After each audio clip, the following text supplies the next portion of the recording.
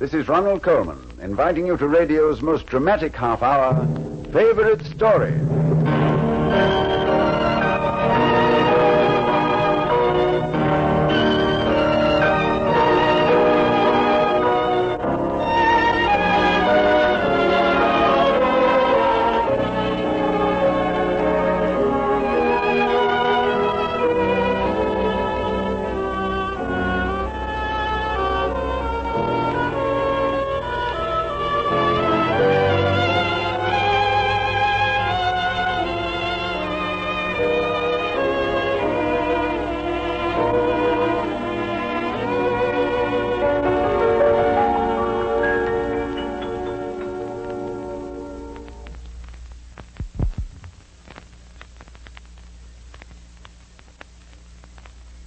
Whom the gods love die young. And this seems to be true of the author of this week's favorite story, for Robert Louis Stevenson, fighting a lifelong battle with illness, died in the South Seas at the early age of 44. Frail in body, but strong and adventuresome in spirit, his imaginative genius roved among treasure islands of romance. In Samoa, where he finally found better health and happiness, "The whole tale of my life is better than a poem," he wrote. He ended his days amid the devotion of his family, a few friends, and a host of natives. Tusitala, they called him, teller of tales. In gratitude for his devotion to their own interests, the native chieftains with their own hands cleared the jungle and built the road to his island home and planted it with an avenue of trees. They called it Road of the Loving Heart. And on his death, they themselves dug a grave on the highest point on the island and with superhuman efforts carried his body up to the peak. Thereafter they tabooed the use of firearms on the hillside so that the birds might sing undisturbed. Life to him was one great adventure, and nothing surpassed his love of nature unless it was his love of people. "I think we all belong to many countries," he wrote. "I am a Scotchman, touch me and you will find the thistle. I am a Briton, and live and move and have my being in the greatness of our national achievements. But am I to forget the long hospitality of that beautiful and kind country, France?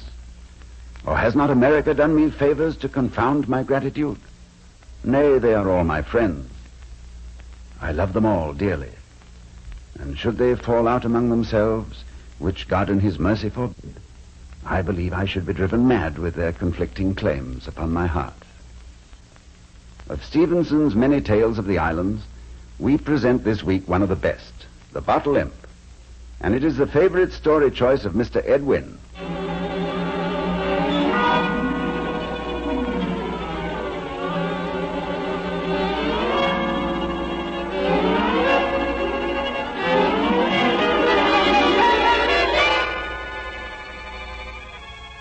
If someone should offer to sell you a certain bottle very cheaply, don't buy it. The bottle I mean is round-bellied with a long neck. The glass of it is white as milk, with changing rainbow colors in the grain. And inside of this bottle something obscurely moves, like a shadow, like a fire.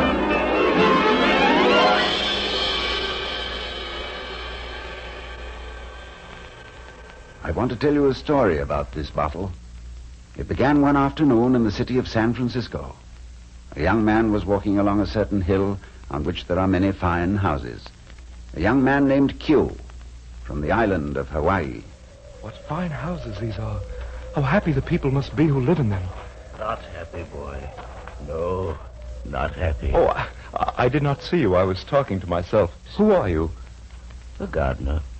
I work in the earth. But how can a man help but be happy? See this house here. The steps shine like silver. The windows are as bright as diamonds. And yet, the man who lives inside of it would trade places with you in an instant. With me? You're joking. You see? He's standing in his window, admiring you. So he is. Be careful, son. He is a strange one. Young man, I see you're admiring my house. Would you care to see its interior? Yes. Be careful. Be careful. Come in, young man. What a fine house. Marble and tapestries. The most beautiful house I've ever seen. Why do you sigh, sir? If I lived in such a beautiful house, I would laugh all day long. There is no reason why you should not have a house exactly like this, or even finer if you wish. You have money, I suppose? I have $50, but a house like this will cost many, many times $50. I'm sorry you have no more, for it may cause you trouble in the future. But it shall be yours for $50. The house? No, not the house. The bottle. For I must tell you, although I appear to you so rich and fortunate, all my fortune and this house itself came out of a bottle not much bigger than a pint. With all due respect, sir, I believe you are out of your mind. I beg you to excuse me. I will return to my ship. One moment, young man. Let me show you this amazing bottle.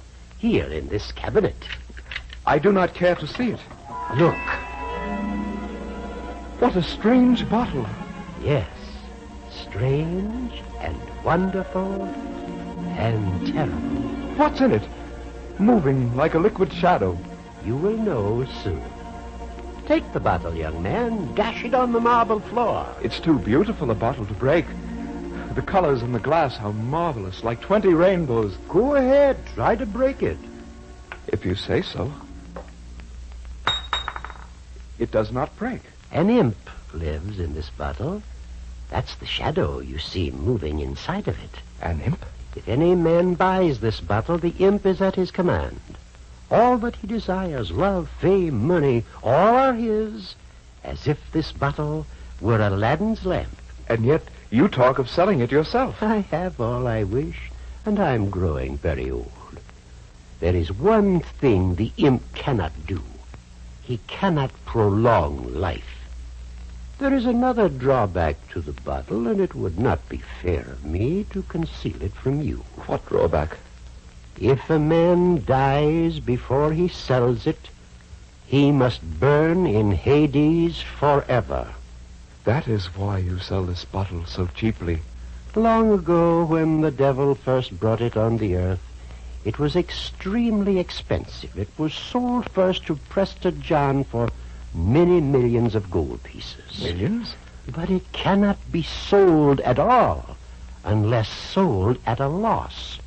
If you sell it for as much as you paid for it, it comes back to you again like a homing pigeon. Oh. So the price has kept falling through the centuries, and the bottle is now remarkably cheap.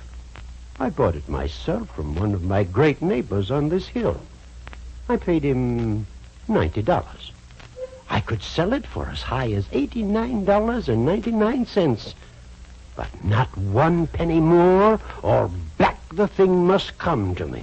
I think this is all made up like a story. These things do not exist. A bottle cannot have such power. You doubt? Try it. Give me your $50. Take the bottle and wish your $50 back into your pocket. If it does not happen, I pledge you my honor I will cry off the bargain and restore your money. You're not deceiving me? I give you my solemn oath. Well, I will risk that much. It can't do much harm, surely. There you are, my $50. The bottle is yours. How does it work? Just say, imp of the bottle, and make your wish. I'll try it. For a lark. Imp of the bottle, I want my $50 back.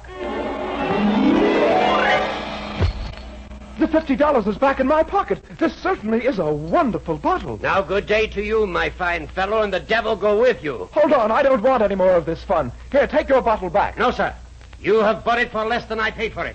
It's yours now, and all I care to see is your back. Get out! Get out of my house!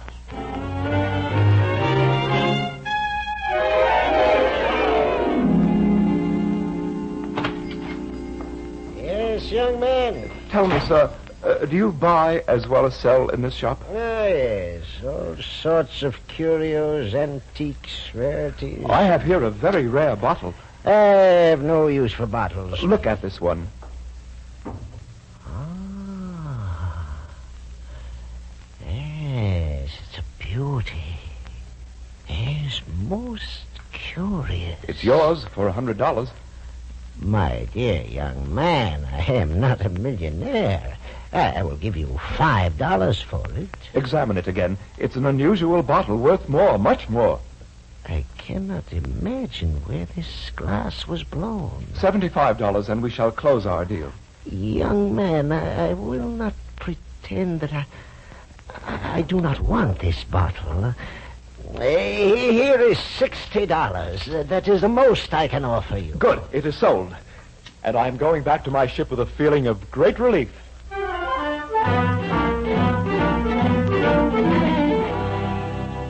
And that is the story, Lopaka. The bottle gave me a clear profit of $60, and the man on the hill had the wildest imagination of all. He said that if I sold it for more than I bought it, the bottle would come back to me. Running after you like a little lost sheep, perhaps. You've been dreaming. I didn't dream about the money being back in my pocket, the $50. The man was a magician. The hand is quicker than the eye. Perhaps so. Well, I'm going to turn in, but really I don't think that all this... Lopaka, What's the matter? What's wrong? look here in my locker. The bottle. It's come back to me.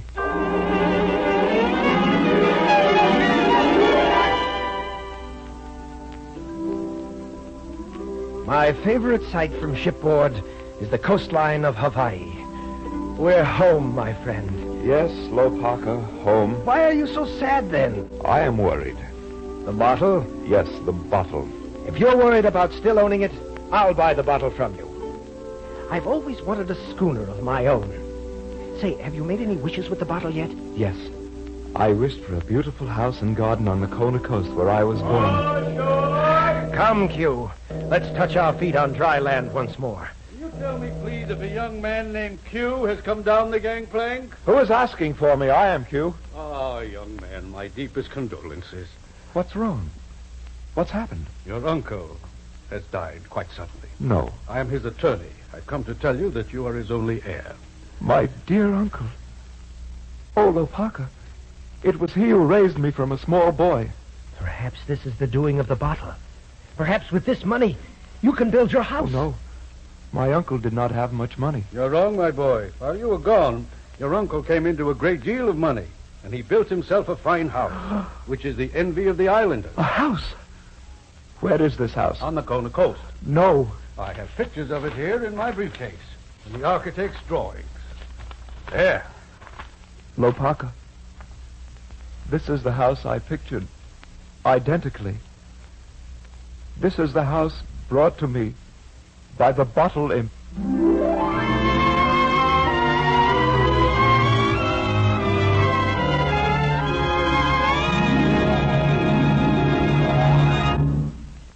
Now, Act Two of Edwin's favorite story. This bottle imp, as imagined by Robert Louis Stevenson, is rather a handy thing to have in your possession. You have but to grasp the bottle firmly by its tapering neck and ask the imp within to do anything you may desire. Your wish will be granted. And it can, of course, bring great happiness and great tragedy.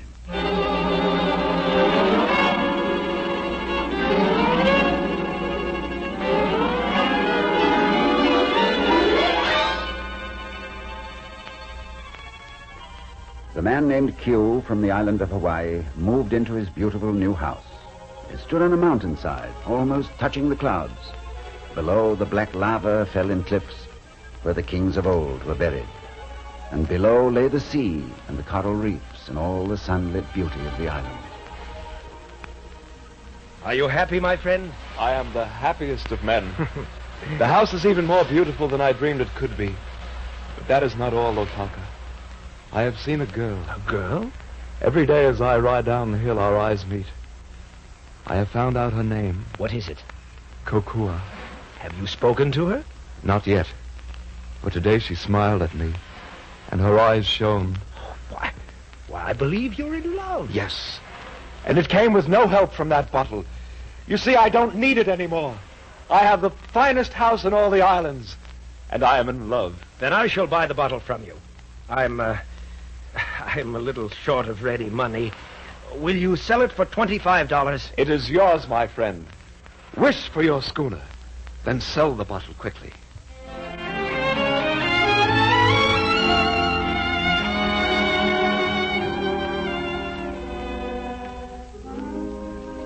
many warm evenings, Kokua, I have come here to be close to you, to look into your eyes, which are like the stars. And my heart has gone out to you as swift as a bird.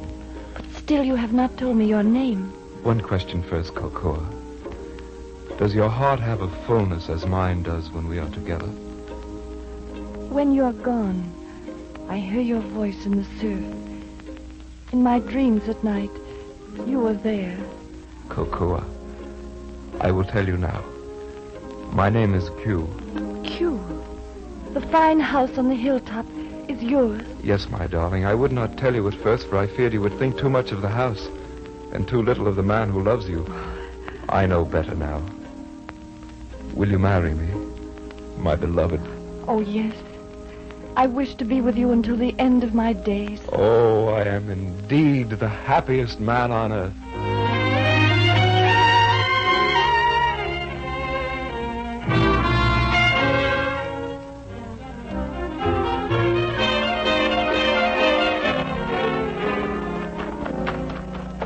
Lopaka!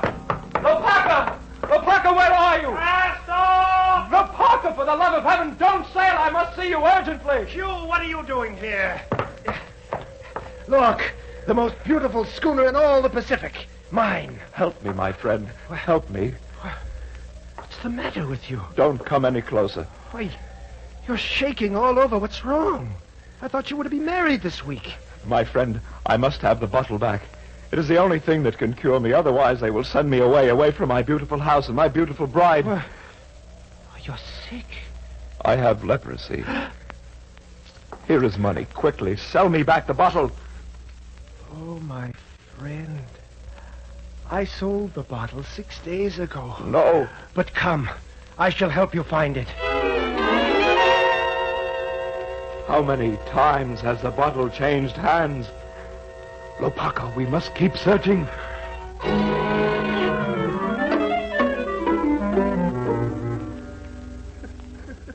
This man must have the bottle, to be sure. Young man, Yes. stop sobbing. I have come to purchase the bottle. What is the price? It has dropped a great deal in value. How much did it cost you? 2 cents. 2 cents.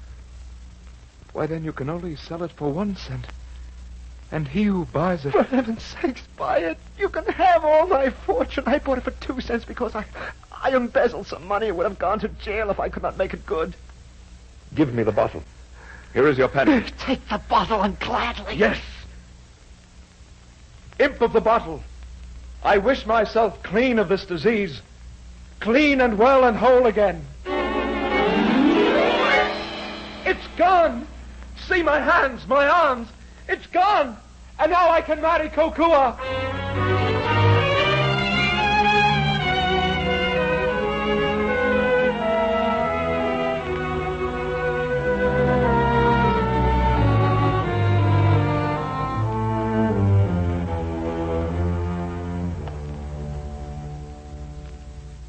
My husband, Yes, Kokua. this should be a time of great happiness. We are together in this fine house. It's the time of our honeymoon. Yet all day your face is filled with sadness. And when you sleep, you moan and toss as if someone had a grip on your soul. What is wrong, my husband? Oh, Kokua. Do you know of the bottle? The bottle of the imp. All the islanders know of it. It's an evil thing. I was a leper. Unclean. No. I purchased a bottle to wish myself well again so we could marry. But I bought it for the least price a man can pay. 1 penny. You did this for love of me. Oh, my dear husband. And if I moan at night, it is because my soul is sick with what lies ahead. No. No. You paid a penny, but all the world is not American. In France, they have a small coin called a centime. These are about 5 to a penny. 5 to a penny? Come, my husband. We will go to the French islands, to Tahiti, as fast as ships can take us. There we will have 4 centimes, 3 centimes, 2 centimes, 1 centime. 4 possible sails to come and go. And 2 of us to push the bargain. Oh, heaven be praised for this woman.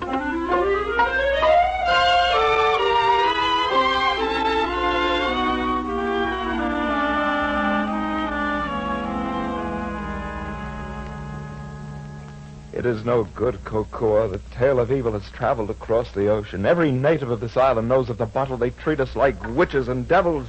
I shall carry the bottle with me to the grave. I am lost. Try to sleep, my husband. We shall find a buyer. Sleep. I can never sleep again.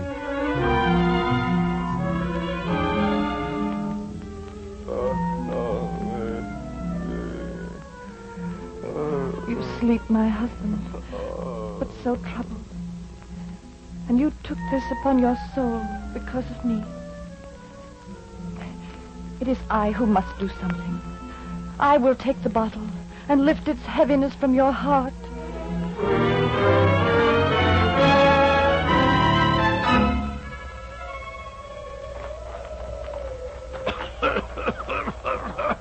Old man, forgive me for stopping you.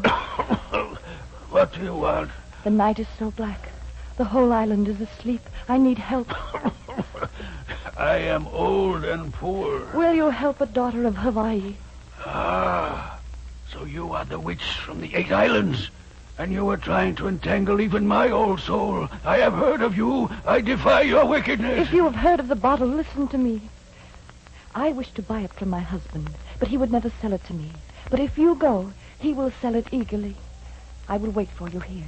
You will buy it for 4 centimes, and I will buy it back again for 3.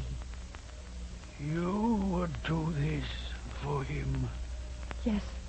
I cannot refuse such nobility of heart, but if you mean falsely by me, I think heaven would strike you dead. Oh, it would. Be sure it would. I could not be so treacherous. Believe me. Please believe me. Where is the house? I will show you. Give me the 4 centimes. I will do it.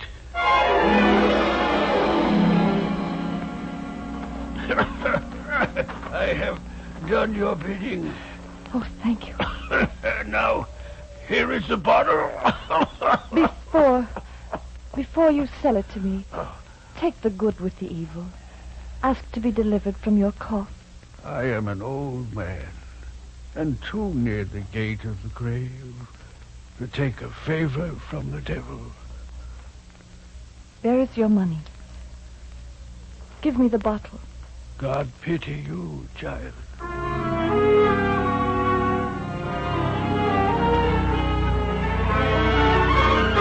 Kokua, wake up. I have wonderful news. The bottle is gone. We're free of it. Oh, good. That's good. An old man came during the night. He bought the bottle with no hesitancy. Where were you? I wish to share the news with you. I had difficulty sleeping. I was walking in the garden. Right afterwards, I fell asleep. The first peaceful sleep I've had in months. I'm glad, my husband. The bottle was hot enough to sell at 4 centimes. At 3, it will be impossible. Whoever has that bottle now will carry it to the pit. Then say a prayer for that person. Don't be so melancholy. Come, we must celebrate. My husband, I'm ill. I'm out of heart. Excuse me, I can take no pleasure. Your husband has just been saved from eternal ruin, and you can take no pleasure. Kokua, you have a disloyal heart. I must celebrate.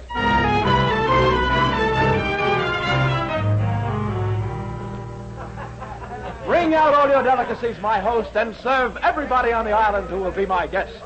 For this night, Q of Hawaii celebrates. So you are the fabulous Q, eh? Yes, my friend. Won't you join me? This party is mine, and the refreshments are free. I've heard of you, and I've heard of your bottle. It's gone now. What is your name, my friend? The name is Haoli, and to save more questions, I'm a man of bad reputation. I've murdered for food. I've stolen, and just about everything else in the book.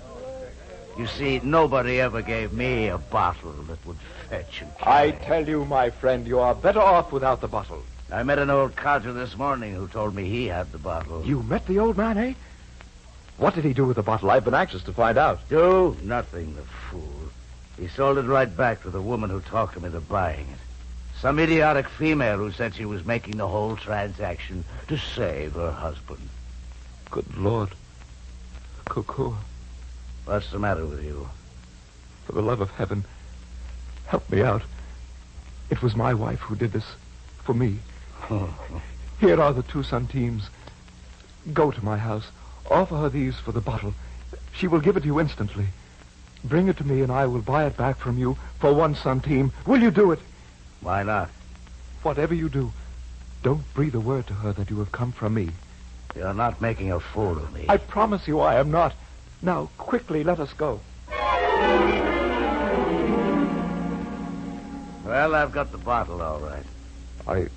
I see you have. I am prepared to fulfill my end of the bargain. Here is 1 centime. Stay back.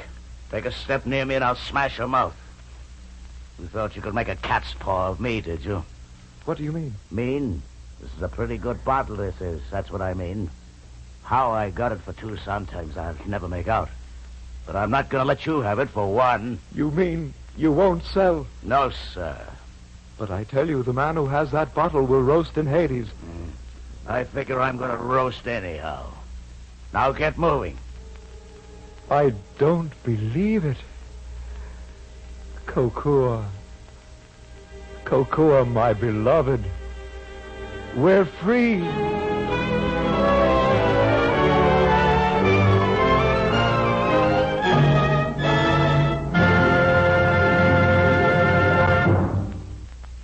You've just heard The Bottle Imp by Robert Louis Stevenson. Jeff Corey was Q, Mary Jane Croft was Kokua. And our congratulations to both Jeff and Mary Jane for fine performances. Jerome Lawrence and Robert E. Lee wrote the script and directed it. And Mr. Ed Wynn chose The Bottle Imp as his own favorite story. Mr. Henry Fonda chose next week's favorite story, and it's the work of one of the greatest playwrights of our century, and indeed of the last century, too. I refer to the immortal Irish nonagenarian and vegetarian George Bernard Shaw. The story is Cashel Byron's Profession. Quite a remarkable profession, I might add, the way Mr. Shaw has written it. We hope you'll be listening.